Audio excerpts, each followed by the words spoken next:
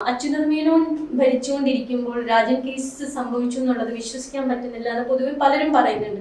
അച്യുത മേനോന്റെ അറിവോടുകൂടി CPI ഭരിക്കുന്ന ഒരു സമയത്ത് അതിന്റെ ഒരു പാപക്കറ ഇപ്പോഴും CPIയുടെ മുകളിലുണ്ടോ? രാജൻ കേസ് രണ്ട് കാര്യങ്ങൾ തെറ്റിപ്പോയി. ഒന്ന്, അച്യുത മേനോന്റെ അറിവോടെ എന്ന പ്രയോഗം തെറ്റ്.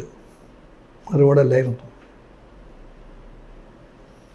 അച്യുതന് അറിയട്ടേ ഇല്ല. അച്യുത മേനോൻ ജീവിതത്തെ ഏറ്റവും അധികം ദുഃഖിച്ച സംഭവമായിരുന്നു അത്. അതാണ് അച്യുതമേനോന്. അച്യുതമേനോന് നല്ല ബോധ്യമായിരുന്നു അങ്ങനെ സംഭവം ഉണ്ടാവില്ല. അച്യുതമേനോൻ അഭിനയിച്ചില്ല, കരുണാകരനെ അഭിനയിച്ചു. കരുണാകരനെ കാണാൻ ഞാൻ പോയിട്ടുണ്ട്. ASF പ്രസിഡൻ്റായിട്ട്. ASF പ്രസിഡൻ്റാണ് ഞാൻ പോയിട്ടുണ്ട്. കരുണാകരൻ എന്നോട് പറഞ്ഞു, ഞാനുണ്ട്, അബ്ദുൽ ഖാദർ സെക്രട്ടറി, ഞാൻ president, NE Geetha joint secretary, V3 went to him. Home മിനിസ്റ്ററൊക്കെയാണ്, മുഖ്യമന്ത്രിയാണ് അദ്ദേഹം അന്ന്. അപ്പോൾ അദ്ദേഹം പറഞ്ഞു, നിങ്ങളെയൊക്കെ അറിയാം, ഗീത പ്രത്യേകിച്ചും അറിയാം, പാർലമെൻറ്റ് മോളായതുകൊണ്ട്. എൻ്റെ അച്ഛനെ അറിയാം, CK എന്ന് പറഞ്ഞിട്ടറിയാം, നിങ്ങളെ അങ്ങനെയൊക്കെ അറിയാം, എങ്കിലും വാം വെൽക്കം വിളിച്ചിരുത്തിയിട്ടോ നിങ്ങളോട് പറഞ്ഞു, പിന്നെ എനിക്ക് നല്ലവണ്ണം അറിയാം, ക്യാമ്പസിൽ ഏറ്റവും നിങ്ങളെ ബുദ്ധിമുട്ടുന്നത് ASF. ഇതിൻ്റെയൊക്കെ ഉത്തരം നിങ്ങളല്ലേ പറയേണ്ടത്. മനസ്സാ വാച അറിയാത്ത കാര്യത്തിൽ ഞങ്ങൾ വിഷമിക്കുന്നുണ്ട്. ഞങ്ങളെക്കാളും വിഷമം ഈ കുട്ടികളൊക്കെ നിങ്ങളോടല്ല ചോദിക്കുന്നത്. He pretended. അച്യുതനെ അറിയാൻ പാടില്ല. അച്യുതനാണെങ്കിൽ പറയും, ചുമ്മാ നടക്കാത്ത കാര്യം പറഞ്ഞിട്ട് ശല്യപ്പെടുത്താൻ അച്ഛൻ നിങ്ങളോട് ചോദിക്കും. കാരണം അച്യുതന് അതിൽ പങ്കാളിത്തം ഇല്ലെന്ന് വിശ്വസിച്ച ആളായിരുന്നു. ഉണ്ടെന്ന് അറിഞ്ഞപ്പോഴത്തേക്ക് ഹി വാസ് സോ സാഡ്. ആ വാക്കത്ത് തന്നെയാണ്. ഇൻഎഫിഷ്യൻസി അല്ല, അന്നത്തെ സിസ്റ്റത്തിൻ്റെ പ്രത്യേകതയാണ്. അടിയന്തരാവസ്ഥ വരെ കരുണാകരൻ അടക്കം എല്ലാ മന്ത്രിമാരും was absolutely under the control of the chief minister. എല്ലാ പാർട്ടികളിലും പെട്ടു. ലാസ്റ്റ് വേർഡായിരുന്നു. അടിയന്തരാവസ്ഥ വന്നപ്പോൾ പുതിയൊരു കാലാവസ്ഥ വന്നു. കരുണാകരനിലെ ഒരു അധികാര ദുർമോഹിയുടെ എല്ലാം വന്ന് പോലീസിൻ്റെ മേലുള്ള പിടി, റിപ്പോർട്ടിങ് എല്ലാം അവിടെ മൊത്തമാക്കണം, ചുരുക്കി. അപ്പോൾ അത് അടിയന്തരാവസ്ഥ പുതിയ സിറ്റുവേഷനായിരുന്നു.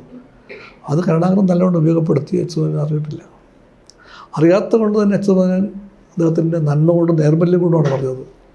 ഞാൻ രാവിലെ തോർത്തിട്ട് നിങ്ങളുടെ മോനെ അന്വേഷിച്ചെടുക്കണമെന്ന് ചോദിച്ചു. കാരണം അച്യുതമേനോൻ സമയത്തിലൊക്കെ പറഞ്ഞു, വളരെ എനിക്ക് അറിയില്ല, അന്വേഷിക്കാന്നൊക്കെ പറഞ്ഞെങ്കിലും ഈശ്വരവാദിൻ്റെ അച്ഛനുണ്ടല്ലോ, അങ്ങനെ വീണ്ടും ഈ പറഞ്ഞ കാര്യം പറഞ്ഞുകൊണ്ടിരിക്കുകയാണ്. പറഞ്ഞ കാര്യം പറഞ്ഞ് ഓവറായപ്പോഴത്തെ അച്യുതമേനോൻ്റെ സെക്രട്ടറി ക്ഷമ പോയി കാണും. അച്യുതമേനോൻ അഭിനേതാവല്ല. അപ്പോൾ അദ്ദേഹം ചോദിച്ചതാണ്. പക്ഷേ അദ്ദേഹം പശ്ചാത്തലത്തിലുണ്ടായിരുന്നു സംഭവത്തിൽ അറിയാത്തതിനെ പറ്റി. പാർട്ടി കമ്മിറ്റി പറഞ്ഞിട്ടുണ്ട് ഇതിനെ പറ്റി.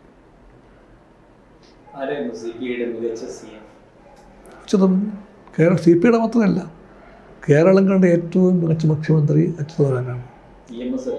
ഒരിക്കലുമല്ല. He was the first chief minister of Kerala.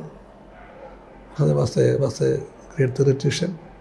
Keralam കണ്ട ഏറ്റവും ഭാവനാശാലിയായിട്ടുള്ള മുഖ്യമന്ത്രി അച്യുതമേനോനാണ്. അത് ചരിത്രം അംഗീകരിച്ച കാര്യമല്ലേ. ആയിരുന്നു. മാസ മുഖ്യമന്ത്രി അഡ്മിനിസ്ട്രേറ്റർ 100 times അച്യുതമേനോനായിരുന്നു. EMS has his own greatness. Committable chief minister.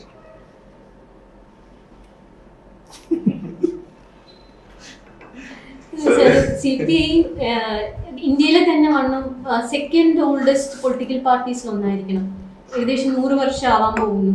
CPI അല്ലെ ഇപ്പൊ 25-ലാണ്.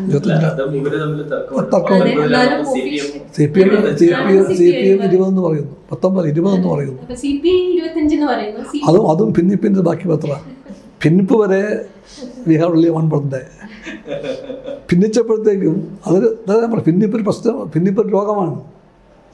V can call it a split syndrome എന്ന് വിളിക്കാം. Split syndrome. അത് വന്നാൽ എല്ലാത്തിനും വ്യത്യാസം വേണം. അവർ കിഴക്കെന്ന് പറഞ്ഞാൽ എനിക്ക് കിഴക്കെന്ന് പറയാൻ പറ്റില്ല, ഞാൻ ഭിന്നിച്ചവനാണ്. അപ്പോൾ ഞാൻ പറയും കിഴക്കല്ലെന്ന് ഞാൻ പറയും. അതുകൊണ്ട് മാത്രമാണ് 65 വരെ ഞങ്ങളുടെ തീയതി അതന്നെ. 65 വരെ കമ്മ്യൂണിസ്റ്റ് ഭിന്നിക്കുന്നത് വരെ കമ്മ്യൂണിസ്റ്റ് പാർട്ടിയുടെ ജന്മവർഷം 25ആയിരുന്നു. ഭിന്നിച്ച് കഴിയുമ്പോഴത്തേക്കും suddenly CPM went to Tashkent in search of a new date of birth. അതിനു മുമ്പ് ഒന്നിലോ മറ്റോ ചോദ്യം വന്നു. Indonesian communist party wrote letter to CPI, ഒന്നാമത്തെ CPI കത്തെഴുതി Indonesian communist party.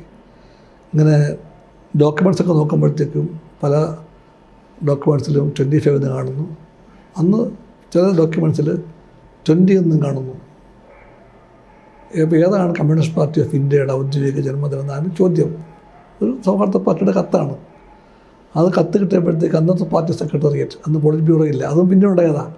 Polit bureau ഉണ്ടായത് പിന്നിച്ച് കഴിഞ്ഞാൽ അതിനും സെക്രട്ടേറിയറ്റ് ആയിരുന്നു. സെക്രട്ടേറിയറ്റ് ഡിസ്കസ് ചെയ്ത് ഈ കത്ത് ഡിസ്കസ് ചെയ്തു. അപ്പം റിപ്ലൈ ചെയ്യണം. ഒരു ചെറിയൊരു കമ്മീഷനെ വെച്ചിട്ട് എല്ലാം ഉറപ്പിച്ച് ഒരു റിപ്ലൈ എഴുതി. ആ റിപ്ലൈക്ക് തൊപ്പിട്ടിരിക്കുന്നത് ആ യോഗത്തെ മിനിറ്റ്സ് ഞങ്ങൾ വായിച്ചിട്ടുണ്ട്. അജയപ്പം എല്ലാ മിനിറ്റ്സുണ്ട്. അതിൽ പങ്കെടുത്തത് ബസവപ്പുന്നയ്യ CPM, സുന്ദരയ്യ ഉണ്ടെന്ന് എനിക്ക് ഓർമ്മയില്ല. 5 പേര് പങ്കെടുത്തു. അവസാനം മിനിറ്റ്സ് എഴുതിയത് ബസവപ്പുന്നയ്യ, ഒപ്പിട്ടതും AKG ഉണ്ടായിരുന്നു ബസവപ്പുന്നയ്യ.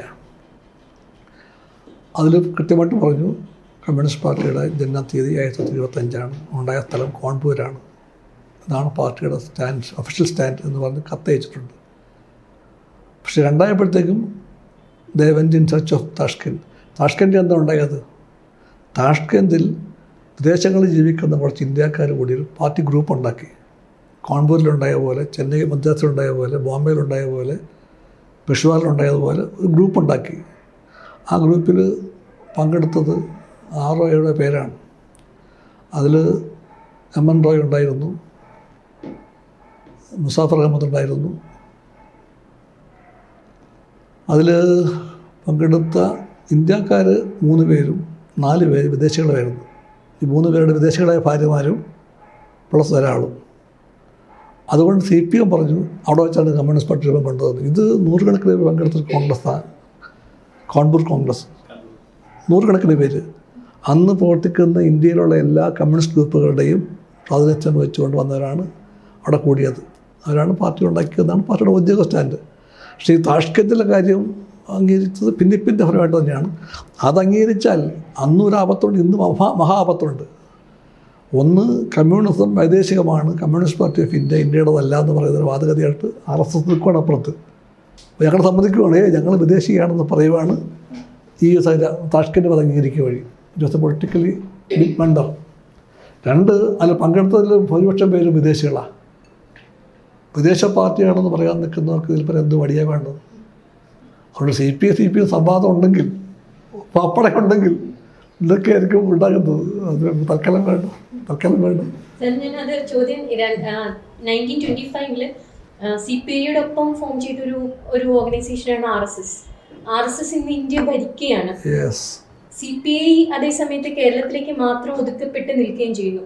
ബാക്കി 1-2 സ്ഥലത്ത് പ്രസൻസ് ഉണ്ടെങ്കിൽ പോലും എന്തുകൊണ്ടാണ് CPIയുടെ വളർച്ച താഴേക്ക് ആവാനുള്ള കാരണം എന്താണ്? CPI മാത്രമല്ല, ലെഫ്റ്റിന്റെ വളർച്ച എന്നുവെച്ചാൽ ഇന്ത്യൻ റിയാലിറ്റിയെ വേണ്ടത്ര കറക്റ്റായ രീതിയിൽ മനസ്സിലാക്കാൻ പറ്റാത്തതാണോ?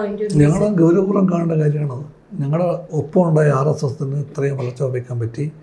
ഞങ്ങൾ തീരെ വളർച്ചയില്ലെന്ന് പറയാൻ പറ്റില്ല, വളർച്ചിട്ടുണ്ട്. ഞങ്ങൾക്കിപ്പോൾ തൊഴിലാളി രംഗത്ത്, കിസാൻ രംഗത്ത്, ട്രൈബൽ മേഖല ചിലയിടത്ത്, പ്രത്യേകിച്ച് വർക്കിംഗ് ക്ലാസ്സിൽ ഇപ്പോൾ ഏറ്റവും വലിയ സംഘടന ATC ഇന്ത്യയിൽ.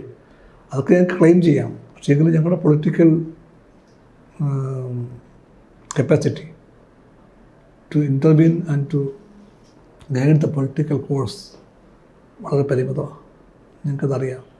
അപ്പോൾ ഈ കമ്പാരിസണിൽ ഞങ്ങൾ എന്തുകൊണ്ട് ഇത്രയും ചെറുതായി നിൽക്കുന്നു, അവരെന്തേ വലുതായി എന്ന് ഞങ്ങൾ ചോദിക്കണം. ഞങ്ങളുടെ ഈ പറയുന്ന അന്വേഷണങ്ങളുടെ ഒരു കാര്യം അത് തന്നെ ആയിരിക്കണം. അവിടെ കാണാതിരിക്കാൻ പാടില്ല. വലിയ ഗൗരവപ്പെട്ട കാര്യമാണത്. ഇന്ത്യൻ ട്രഡീഷനെ അല്ലെങ്കിൽ ഇന്ത്യൻനെസ്സിനെ വേണ്ടത്ര രീതിയിൽ ഉൾക്കൊള്ളാൻ പറ്റാത്തതാകും ഒരു കാരണം. അതിൽ CPMനേക്കാൾ ബെറ്റർ CPI ആണ്. ഇപ്പോഴും ഒരു ഇന്ത്യനൈസ്ഡ് ഒരു സ്വഭാവം CPIക്കുണ്ട്. CPMന് ഇപ്പോഴും അതൊരു കടമ്പയാണ്. എത്രമാത്രം ഞങ്ങളൊരു പ്രശ്നം പലവട്ടം ചർച്ച ചെയ്ത പാർട്ടിക്കകത്ത് ഇന്ത്യൻ സൈക്കിന്, ഇന്ത്യയുടെ പൊതുബോധത്തിന് കമ്മ്യൂണിസ്റ്റ് പാർട്ടിയെ, കമ്മ്യൂണിസ്റ്റ് ആശയങ്ങളെയും ഉൾക്കൊള്ളാനാകാത്ത എന്തുകൊണ്ടാണ് ഞങ്ങൾ ചർച്ച ചെയ്തിട്ടുണ്ട്. ഞങ്ങളൊരു പാർട്ടി കോൺഗ്രസ്സിൽ രേഖ അംഗീകരിച്ചിട്ടുണ്ട്. ഞങ്ങളുടെ പാർട്ടി പ്രോഗ്രാം പുതുക്കിയപ്പോഴത്തേക്ക് കമ്മ്യൂണിസ്റ്റ് പാർട്ടി പറഞ്ഞൊരു കാര്യം ഇതാ: നമ്മുടെ നാടിൻ്റെ പൈതൃകം, നമ്മുടെ ദേശീയ ബോധം, നമ്മുടെ ഇന്ത്യൻ യാഥാർത്ഥ്യം എന്ന് പറയുന്ന അതിനകത്ത് അതെല്ലാം പെടുന്നുണ്ട്. അതിനോടെല്ലാം ഞങ്ങൾ എത്രമാത്രം നീതി കാണിച്ചിട്ടുണ്ട്, ഞങ്ങളെ അത്രയെല്ലാം ഇമ്പം ചെയ്തിട്ടുണ്ടെന്ന് ഞങ്ങൾ ചോദിക്കണം. അല്ലെങ്കിൽ ഞങ്ങൾക്ക് ഉണ്ടായിട്ടുള്ള പാളിച്ചയെപ്പറ്റി ഞങ്ങൾക്ക് ബോധ്യമുണ്ട്, ഞങ്ങൾ തിരുത്താൻ വേണ്ടി ശ്രമിച്ചിട്ടുണ്ട്. അങ്ങനെ ഞങ്ങൾ പാർട്ടി പ്രോഗ്രാമിനകത്ത് ഒരു മാറ്റം വരുത്തിയപ്പോൾ അതൊക്കെ മനസ്സിലുണ്ടായിട്ടുണ്ടെങ്കിലും പൊതുവിൽ ഞങ്ങൾ ഇനിയും ആ ദിശയിൽ ഒരുപാട് മുമ്പോട്ട് പോകാൻ ബാക്കിയുണ്ട്. Further go forwards in that direction.